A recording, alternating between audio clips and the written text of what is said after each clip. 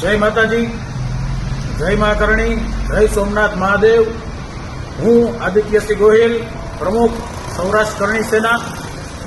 અત્યારના હાલના સંજોગોની અંદર સોમનાથ મહાદેવ મંદિરના 1000 વર્ષ થતા હોય અને એની આપણે સૌ ઉજવણી કરી રહ્યા હોય ત્યારે વિદેશી આક્રમણકારોએ 17 વખત સોમનાથ મંદિરને લૂંટવાનો પ્રયાસ કર્યો। ત્યારે સૌરાષ્ટ્ર અને સમગ્ર ગુજરાતના ક્ષત્રિય યોદ્ધાઓએ તેની સામે પરાક્રમી રૂપે એક હિંસક એવા આંદોલન કરીને પોતાનું શહીદી ગોળ્યું। એમાં યાદ કરવું વીર હમીરસિંહજી ગોહિલ કે જે સોમનાથની સકાતે ગયા હતા અને ત્યાં શહીદ થયા હતા। એ પણ આપણે સૌને ક્ષત્રિય સમાજના દરેક યુવાનને ખ્યાલ છે।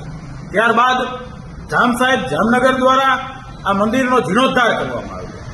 આવડું મોટું બલિદાન અને આવડું મોટું ઇતિહાસ જ્યારે સમગ્ર ક્ષત્રિય સમાજનો હોય તો આ ટ્રસ્ટ મંડળની અંદર હું વડાપ્રધાન શ્રી પણ આવવાના હોય તો વડાપ્રધાન નરેન્દ્ર મોદીને વિનંતી કરું છું કે આ ટ્રસ્ટ મંદિરની અંદર ટ્રસ્ટી તરીકે એક ક્ષત્રિય તમને જે યોગ્ય લાગે એ પણ એક ક્ષત્રિય યુવાન, એક ક્ષત્રિય મોભી, એક ક્ષત્રિય આગેવાન આ મંદિરમાં ટ્રસ્ટી હોવો જોઈએ એવી કરણી સેના તરીકે હું આપને વિનંતી કરું છું અને આપને હું એક અપીલ કરું છું કે આવનારા દિવસોમાં ક્ષત્રિય સમાજનો એક યુવાન, ક્ષત્રિય સમાજનો એક આગેવાન સોમનાથ મંદિરની અંદર ટ્રસ્ટમાં હોય એટલી જ આપ સૌને અપીલ કરું છું।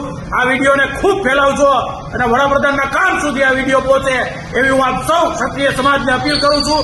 જય હિન્દ, જય ભારત, જય મા કરણી।